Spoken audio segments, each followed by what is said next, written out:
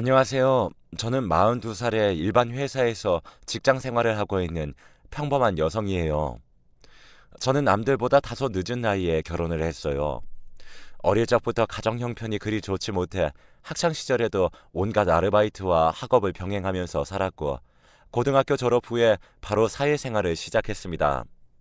그러다 보니 결혼이라는 걸 생각할 겨를도 없이 일에만 정신을 쏟고 살다가 평소 친한 지인의 소개로 남편을 만나게 되었어요. 첫 만남에 정장을 말끔히 차려입고 왔던 남편은 예의도 있었고 첫인상도 나쁘지 않았어요. 연애 경험이 많이 없다 보니 어떻게 해야 될지 몰라 안절부절하는 모습이 귀엽기도 했고요. 이런저런 얘기를 나누다 보니 사람이 참 배려심 있고 순수하다는 생각이 들어 남편과 저는 자연스럽게 서로를 마음에 들어 했습니다. 그렇게 저희는 만남을 이어갔고, 남편은 저의 사소한 거 하나까지 챙겨주려고 노력하는 모습에 저도 모르게 그 사람에게 빠지기 시작했고, 서로의 감정은 더욱 깊어져 다소 빠르게 연인 사이로 발전할 수 있게 되었어요. 남편은 고속버스 운전을 했습니다. 평소 배려심이 많고 세심한 성격이라 생각했고, 성실함도 보였기에 저만한 사람이라면 제가 믿고 같이 살아도 되겠다는 믿음이 생겨서 누가 먼저라고 할 것 없이 자연스럽게 결혼을 결정하게 되었습니다. 서로 결혼을 약속하고 양가 식구들에게 각자 인사를 시켜주었어요. 남편은 아버지를 일찍 여의고 어머니와 여동생과 함께 살고 있었죠. 하지만 처음 시어머니를 뵈러 갔던 날, 어머니는 저를 그렇게 달가워하지 않으셨습니다. 우리 민성이는 어릴 때부터 성격 좋고 인물 좋다고 내 친구들이 하나같이 사위 삼고 싶다고 그랬을 정도로 남주기 아까운 아들인데, 민성이가 저렇게 좋다고 하니 결혼을 시키는데, 우리 아들 입맛 까다롭고 성격 예민하니까 네가 각별히 잘 맞춰줘야 한다. 네, 어머니. 제가 앞으로 잘하도록 할게요. 예쁘게 지켜봐 주세요. 그래도 저는 제가 사랑하는 사람의 어머니이기에 최대한 예쁘게 보이려고 노력했어요. 저희 시댁에 대해서 잠깐 말씀드리자면, 시어머니와 저희 남편의 여동생, 이렇게 셋이 같이 살고 있습니다. 여동생은 대학을 졸업한 후에 취업도 하지 않고 빈둥빈둥 놀면서 남편에게 용돈 받았으면서 자기 밥벌이도 못하고 살고 있었고, 시어머니 또한 따로 하시는 일 없이 저희 남편이 실질적인 가장 역할을 하고 있었더라고요. 저희는 맞벌이 부부였고, 남편과 저도 풍족하지 않지만 서로 벌어가면서 생활하기엔 부족하지 않은 터라 조금씩 아껴서 홀로 남편과 시동생을 키우신 어머니를 생각해 도와드리기로 했고, 남편도 그런 저를 고마워했어요. 여보, 가진 것도 없고 내세울 거 없는 내게 와준 것도 감사한데, 우리 가족까지 이렇게 생각해주고 챙겨줘서 너무 고맙고 사랑해. 앞으로 우리 서로 지금 이 마음 변치 말고 예쁘게 살자. 아니야. 어머니 홀로 당신 이렇게 키워주셔서 우리가 함께하게 됐으니까 보답한다고 생각하는 것뿐이야. 고마울 것 없어. 저도 그렇게 기뻐하고 고마워하는 남편에게 감동을 받았고, 앞으로 더 열심히 살자고 서로 안고 다짐을 했어요. 남편은 꾸준히 성실하게 직장을 다녔습니다. 저도 남편과 더 나은 미래를 꿈꾸며 열심히 살아가던 어느 날, 예상하지 못한 일이 생기게 되었어요. 평소 남편은 술자리를 즐겨 하긴 했지만 하는 일이 운전직이다 보니 과하게 마시는 날은 없었어요. 술을 한 잔이라도 입에 대는 날은 대리운전을 꼭 불러 집에 들어오곤 했었는데, 그날 연말 모임 자리에 갔다가 술을 조금 마신 것 같더라고요. 하필 그날따라 대리운전도 잡히질 않았다고 하네요. 그래서 많이 취한 게 아니라 괜찮겠지 하는 마음에 직접 운전을 하고 집에 귀가를 하다 음주 단속에 그만 걸리게 되었습니다. 결국 면허 정지 처분을 받게 되었어요. 운전이 직업인 사람이다 보니 남편은 어쩔 수 없이 회사에서 권고사직을 권유받게 되었고, 그렇게 회사를 그만둘 수밖에 없었습니다. 꾸준히 열심히 일했던 직장을 잃고 오랜 기간 운전을 해왔던 사람이라 상실감이 꽤 많이 컸나 봅니다. 한껏 풀이 죽은 목소리로 연신 저에게 미안하단 말만 하더군요. 여보, 미안해. 내가 괜히 술을 마시고 운전해가지고 정말 미안해. 그러게 대리운전 안 잡히면 조금 더 기다렸다가 불러서 타고 오지. 왜 운전을 해? 평소에 한 잔만 마셔도 대리하고 오던 사람이. 진짜 내가 왜 그랬을까?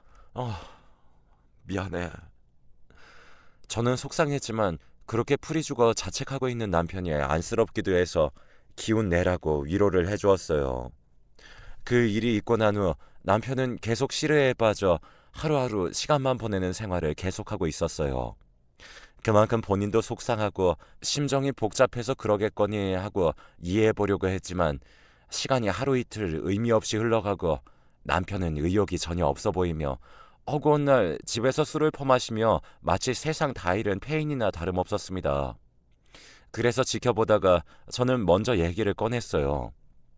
여보, 언제까지 그러고 있을 건데? 이유가 어떻게 됐건 자기가 실수한 부분이잖아.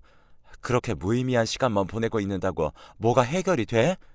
내가 언제까지 이런 모습 보면서 살아야 돼? 나 당신 이런 무책임한 모습 보면서 살 자신 없어.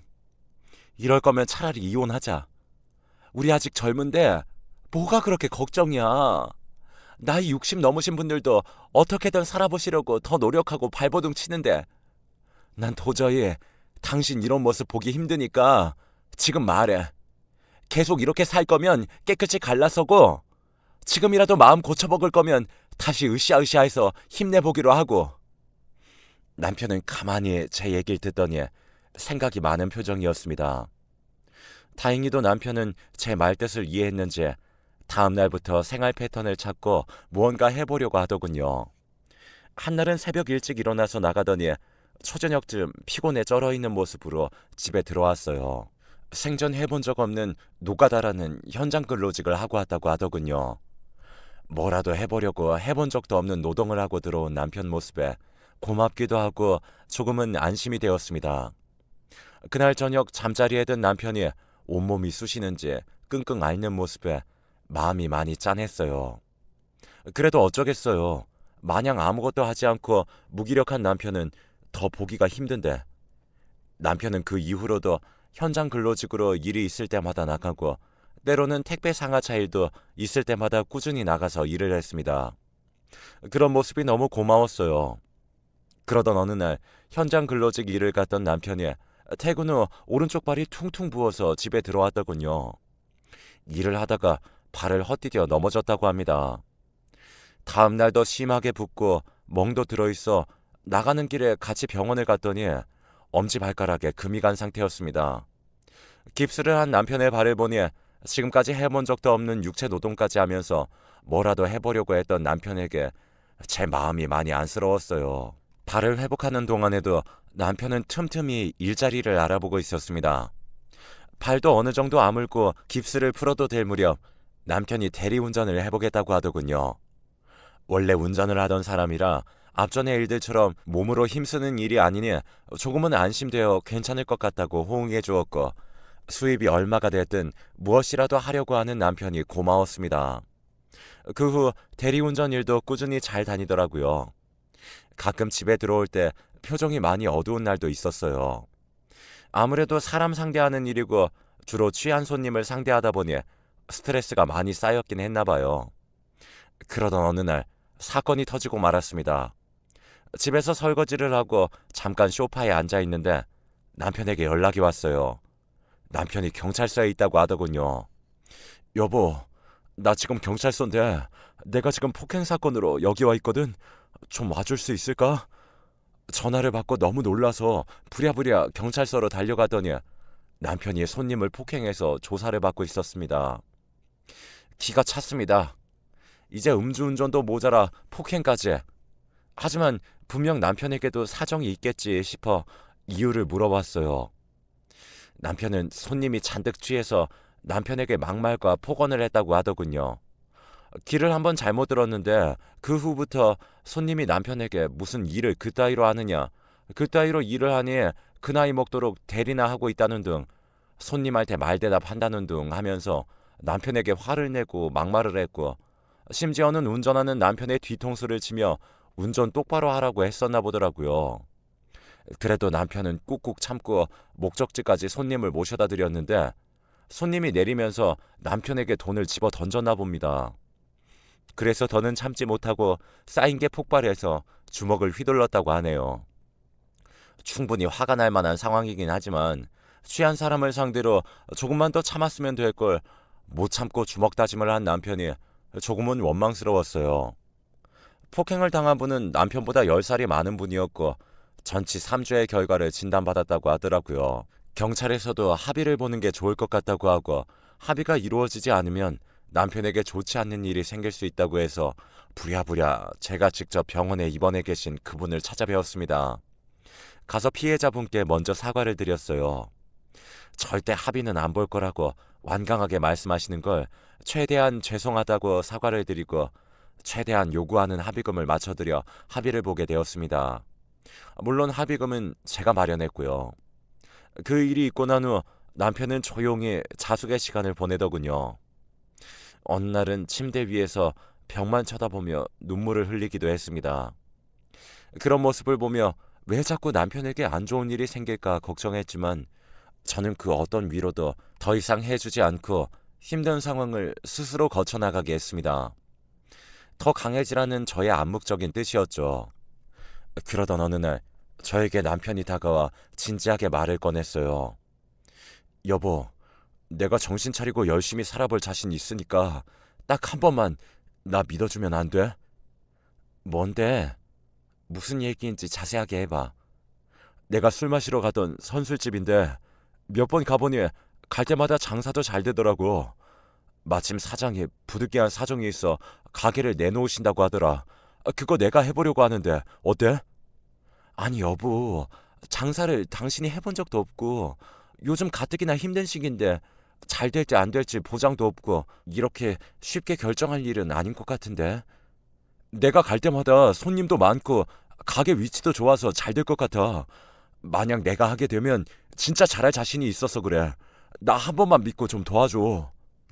남편은 그렇게 몇 날 며칠 계속 저를 설득시키며 간절하게 애원하더군요.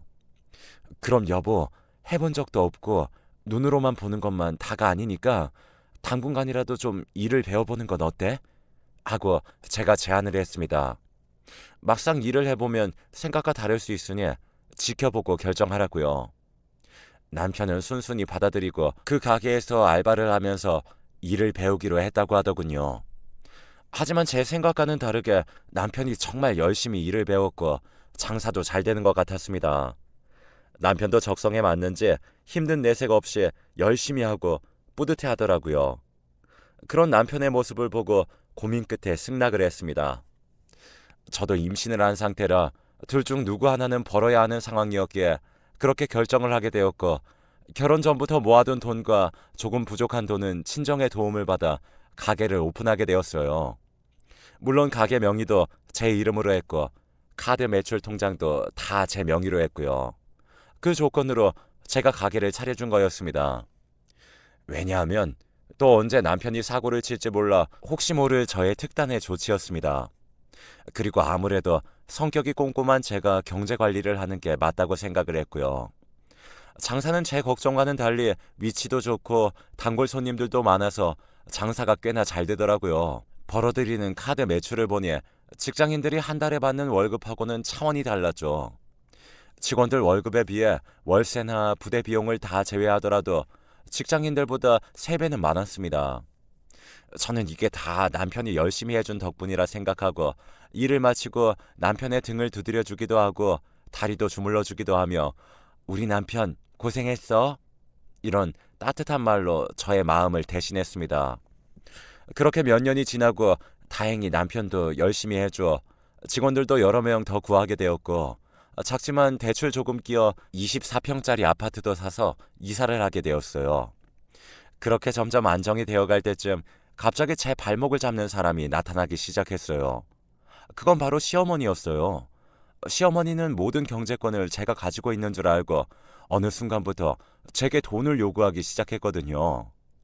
애미야, 다음 주에 동창들이랑 여행 가기로 했다. 100만 원만 붙여라. 애미야, 네 시누이 성형수술 좀 하게 300만 원만 보내라. 애미야, 아이고 냉장고 바꿀 때가 됐는데 네가 좀 바꿔줘야겠다. 낡아서 잘 작동하지도 않는구나. 내가 받은 게 있으니까 넌 알아서 돈만 보내줘. 시어머니는 제게 상의도 없이 통보를 하기 시작했고 그 이후에도 마치 당연하다는 듯 제게 손을 벌리는 모습을 보고 저는 이건 아니다 싶어 나를 잡고 말씀드리게 되었어요. 어머니, 생활하시면서 쓰셔야 될 생활비는 저희가 부족하지 않게끔 드리고 있는데 이렇게 상의도 없이 큰 돈을 번번이 말씀하시면 어떡해요? 필요한 거 있으시면 저랑 상의를 하셔야죠. 앞으로는 이렇게 막무가내로 돈 요구하시면 죄송하지만 더 이상 드릴 수 없으니 그렇게 아셨으면 좋겠습니다. 뭐라고? 그거 조금 도와줬다고 네 시애미한테 유난 떠는 거야? 그리고 네가 돈 벌어서 주는 거야? 우리 아들이 뼈 빠지게 고생해서 주는 거잖아. 우리 아들이 힘들게 일해서 번 돈 내가 좀 쓰겠다는데 그게 그렇게 아까운 게냐? 아휴, 누구 덕에 너도 이렇게 사는 줄도 모르고 하여튼 요즘 것들은 어른을 공경할 줄 몰라요. 아니 어머니, 아직도 제가 무슨 뜻으로 말씀드리는지 모르시겠어요? 돈을 쓰더라도 계획적으로 쓰겠다 이거죠. 그리고 자꾸 남편만 고생한다고 하시는데 그럼 저는 집에서 뒹굴뒹굴 노는 줄 아세요? 아무튼 저는 어머니께 정확히 말씀드렸으니 필요한 거 있으시면 저와 먼저 상의하시길 부탁드릴게요. 막무가내로 화를 내는 어머님을 뒤로하고 저는 그렇게 전화를 끊었습니다. 솔직히 말씀드려서 여러분들, 한 달에 용돈 70만 원 드리는 게 적은 편인 건가요?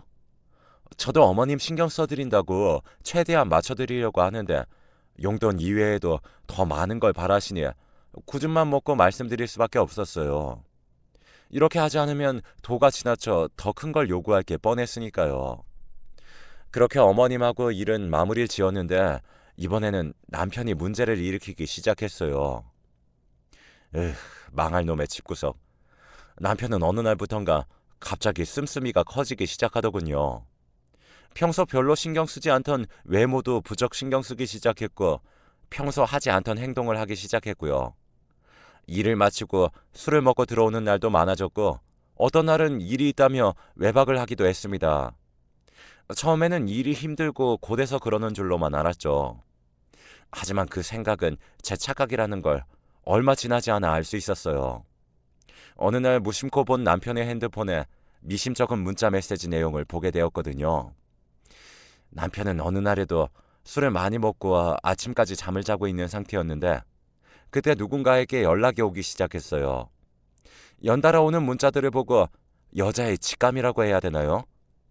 아침에는 분명 연락 올 사람이 없을 텐데 연락이 오는 걸 보고 이상한 생각이 들어 남편 휴대폰을 몰래 보기로 했습니다. 그때 남편 휴대폰은 지문인식으로 되어 있었기 때문에 자고 있던 남편의 엄지손가락을 대서 문자와 카톡을 볼 수 있었죠. 저는 연달아 온 문자를 보고 깜짝 놀라고 말았어요. 정말 큰 충격이었어요. 오빠, 언제 올 거야? 오늘 같이 영화 보러 가기로 했잖아. 이런 문자들이 남겨져 있었고 예전의 문자들을 보니 오빠, 나 자고 있을 때 나갔던 거야? 언제 간 거야? 아무튼 오늘 즐거웠어. 이따 가게에서 봐. 오빠, 나 가지고 싶은 화장품이 있는데 그거 사주면 안 돼? 등등 이런 문자들도 가득 차 있었습니다. 혹시 몰라 남편에게 보낸 전화번호를 확인해보니 세상에 그 주인공은 바로 가게 매니저였어요. 남편은 지금까지 저 모르게 매니저 년과 바람을 피면서 지내왔던 걸로 보였어요. 그리고 부쩍 남편 카드값이 많이 나온 것도 다 그년 비위 맞추려고 카드를 많이 사용한 걸로 보였고요. 제 카드가 아닌 남편 카드이기에 저는 그동안 남편이 어디에 썼는지 몰랐었고 남편을 믿었기에 남편이 카드값 얼마가 나왔다고 하면 그대로 카드값을 내주곤 했습니다. 그런데 카드값이 요즘 많이 나온 이유가 그 매니저가 일조했다는 사실을 알고는 그 순간부터 저는 남편과 그년의 뒤를 밟기 시작했어요.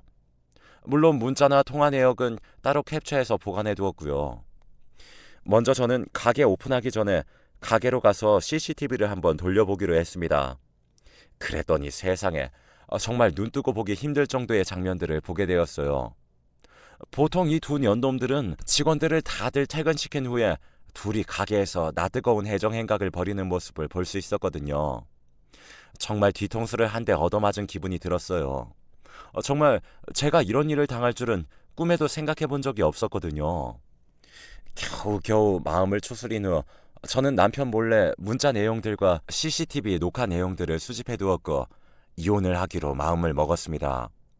그리고 먼저 제 명의로 되었던 가게를 더 이상 이것들의 놀이터로 만들 수 없어 급매물로 내놔버렸어요.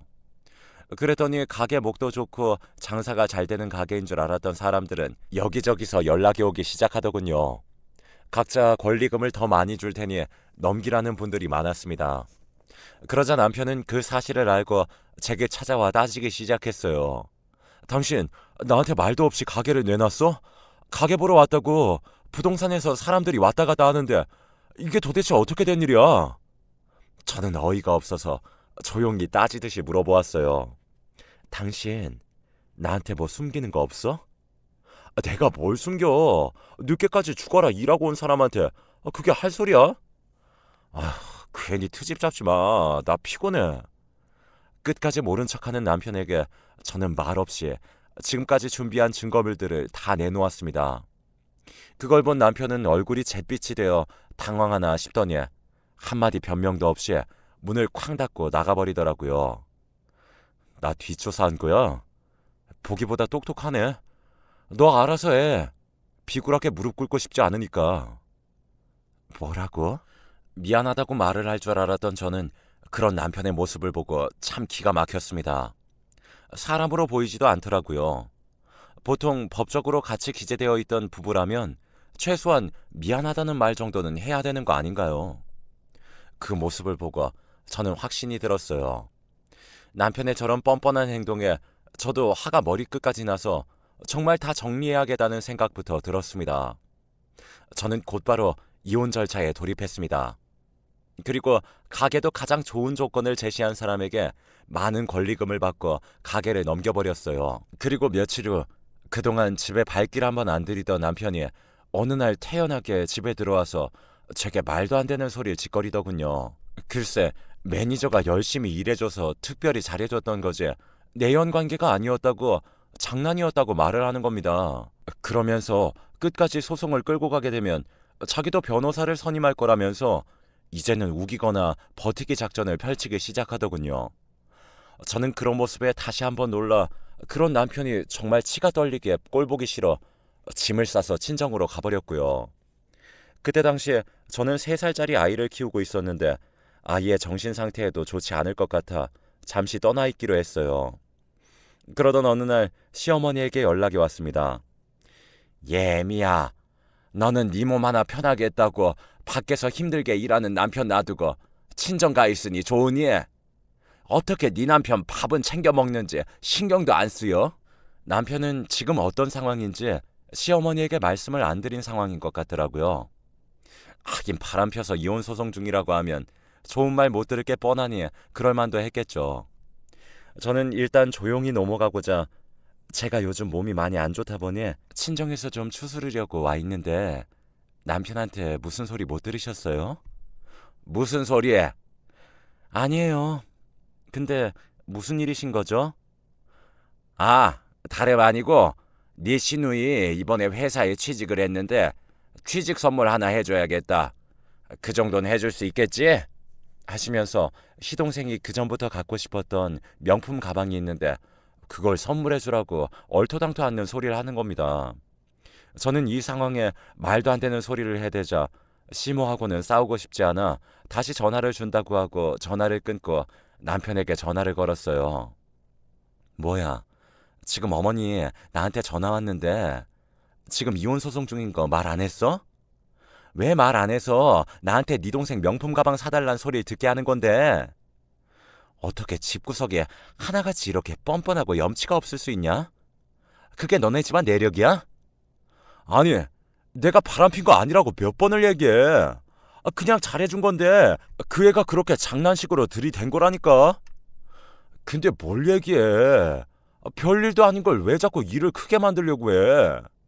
그리고 이혼이 확정된 것도 아닌데 뭐 좋은 일이라고 그런 말을 해? 그러지 말고 우선 집으로 와. 집에서 얘기하자. 남편은 그렇게 얼렁뚱땅 넘어가려 하면서 어떻게든 제 마음을 돌리려고 했습니다. 저는 더 이상 대화가 통할 것 같지 않아 전화를 끊어버렸어요. 그리고 밤에 조용히 생각해보다가 문득 좋은 생각이 떠올랐습니다. 아무리 생각해도 너무 억울하고 괘씸했어요. 증거가 이렇게 명확한데도 버티는 남편을 보고 어떻게든 버릇을 고쳐줘야 된다는 생각이 들었죠. 그러다 문득 생각나는 게 있었어요. 낮에 시모 전화 온 것과 남편 카드가 겹쳐 보이기 시작했어요. 무슨 말이냐면 저는 제가 사용하는 신용카드는 잘라버리고 그동안 남편 카드를 사용하고 있었거든요.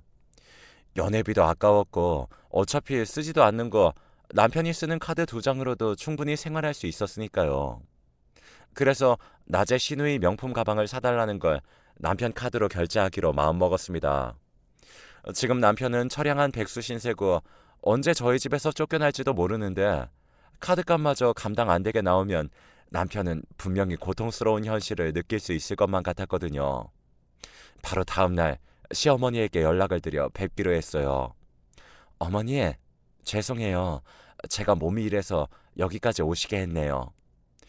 아니 언니, 아무리 그래도 그렇지 이렇게 오라가라 해도 되는 거예요? 그나저나 왜 부른 거예요? 옆에서 신우이가 얄밉게 한마디 하더군요. 정말 제 동생이 저랬으면 한 대 쥐어박기라도 했을 텐데 꾹 참고 웃으면서 카드를 내밀면서 말씀드렸죠. 죄송해요 어머니. 이번만 이해해 주세요. 아가씨, 취직 축하드려요. 이걸로 갖고 싶었던 거 다 사고 어머니도 같이 하나 사세요. 큰맘 먹고 드린 거니까 매장 가셔서 가방 좋은 걸로 사서 친구분들에게 자랑하고 그러세요. 제가 그동안 며느리로서 너무 못 챙겨드려서 너무 죄송해요. 아니, 너 갑자기 왜 그러냐? 왜 안 하던 짓을 해? 진짜 나도 사도 되는 거야? 나중에 너 비싼 거 샀다고 대드는 거 아니지? 나 진짜 산다. 진짜다. 시모는 우습게도 몇 번이나 본인도 사도 되는지 확인하고서는 어린아이처럼 춤을 추듯이 몸을 흔들고 시누이와 함께 나란히 카드를 받아들고 매장으로 갔습니다. 그날 저녁 모든 사실을 알게 되자 남편은 난리가 났어요. 저녁 7시부터 전화가 빗발치기 시작하더군요. 저는 이렇게 전화를 빗발치게 할 줄 알았기에 무음으로 해놓고서 신경도 쓰지 않았어요. 남편이 열받아서 날뛰는 걸 생각하니 속이 다 시원하더군요. 그리고는 문자가 오기 시작했습니다. 야, 네가 내 카드로 가방 사라고 했다면서 누구 맘대로 그런 짓거리를 한 거야? 이거 다 사기야. 사기라고. 자그마치 900만 원이라고. 이거 어떻게 할 거야? 다음 달 내 카드 값은 어떻게 할 거냐고. 야 이년아, 어린애도 아니고 이런 식으로 나한테 엿을 먹여? 너 두고 봐. 내가 가만히 안 둘 거야. 이런 식으로 협박과 카드값에 대한 걱정을 털어놓으며 연락을 해댔습니다. 그래서 저는 자꾸 모르세요 하면 귀찮게 할까봐 마지막으로 문자를 보냈어요. 사기? 무슨 사기? 내가 네 걸로 무슨 물건이라도 샀어? 그거 다 니네 못난 가족들이 산 거야. 따질 거면 니네 가족한테 따지던가. 너는 니네 가족들한테 고작 900만 원 선물도 못 해주니? 한심하다. 그러게 주제도 모르고 바람 필 때부터 알아봤어. 아무튼 난 모르니까 그건 네가 알아서 하고 다신 연락하지 마. 불결하니까. 이 말을 남기고 차단해버렸습니다. 그 뒤로 남편은 당장 가방들을 환불해달라고 난리를 치더라고요. 하지만 구입하고 첫날부터 가방을 버젓이 들고 다녔는데 이미 사용감이 많은 걸 누가 함부로 들 수 있을까요? 환불이 안 되자 시모하고 시누이에게 화풀이를 했나 보더라고요. 어느 날 시모가 전화와서는 제게 쌍욕을 하면서 간사한 년이라면서 고작 바람 한 번 폈다고 그러냐면서 너 때문에 우리 모자 사이도 틀어지게 생겼다면서 생쇼를 하더라고요. 정말 지금까지 쌓였던 체중이 한 번에 싹 내려가는 기분이었습니다. 고작 한 번이라는 단어도 어이가 없었지만 그분들은 왜 몰랐을까요? 그게 바로 제가 원했던 결과였다는 것이요. 그렇게 그 후로 6개월 정도가 흐르고 남편의 외도 증거가 명확해서 이혼을 할 수 있었습니다. 재산 분할도 제가 생각한 것보다 잘 받을 수 있었고 양육권도 물론 가져올 수 있었어요. 매달 50만 원씩 양육비를 지급하라는 판결도 받을 수 있었고요. 상간녀 그년에게도 위자료 소송을 해서 위자료를 받을 수 있었습니다. 그렇게 저의 롤러코스터 같은 결혼은 종지부를 찍을 수 있었습니다. 그 후로 남편은 술만 마시면 잔뜩 취해서 연락이 왔어요. 자기가 미쳤었나 보네. 자기는 사람도 아니네. 짐승이었네. 마누라 소중한 걸 그동안 몰랐었네. 아이를 위해서라도 다시 생각해달라. 이런 식으로 모르는 핸드폰으로 연락 와서는 후회와 자책의 눈물을 흘리더라고요. 하지만 저는 눈 하나 깜빡하지 않았습니다. 한 번이 어렵지 2번, 3번은 쉽다는 걸 누구보다 잘 알 수 있으니까요. 보니까 그 상간녀 매니저 년에게도 버림받은 것 같더라고요. 하긴 능력도 없고 집도 뭣도 없는 나이 먹은 놈한테 누가 옆에 있어주긴 할까요? 한편으론 짠하다는 생각도 잠시 들었지만 딱 거기까지였어요. 단지 제가 키우는 자식에게 더 이상 부끄럽지 않은 아빠가 되길 바랬을 뿐이었네요. 저는 요즘 친정에서 그럭저럭 잘 지내고 있습니다. 전 남편과 살던 집은 처분해서 당분간은 여기서 지낼 생각이고요. 오히려 남편이 없는 지금이 저는 더 행복한 것 같아요. 잠든 아이를 보며 책임감이라는 것도 더 느끼게 되었고요. 물론 앞으로 아빠의 사랑을 받지 못하겠지만 그 대신 2배로 제가 더 사랑을 주며 올바르게 커나갈 수 있도록 할 거예요. 그리고 제 자신에게도 투자를 해서 이 좋은 세상 멋지게 살아보려고 합니다. 여러분들, 저 잘한 거 맞죠? 이걸 보시는 분들도 무슨 일이 생기면 바보같이 당하지만 마시고 그때그때마다 상황 대처를 잘해서 피해보는 일이 없었으면 좋겠습니다. 상대방의 약한 모습을 보이면 요즘 세상에서는 그것을 이용해 먹으려고 하는 사람들이 더 많은 것 같더라고요.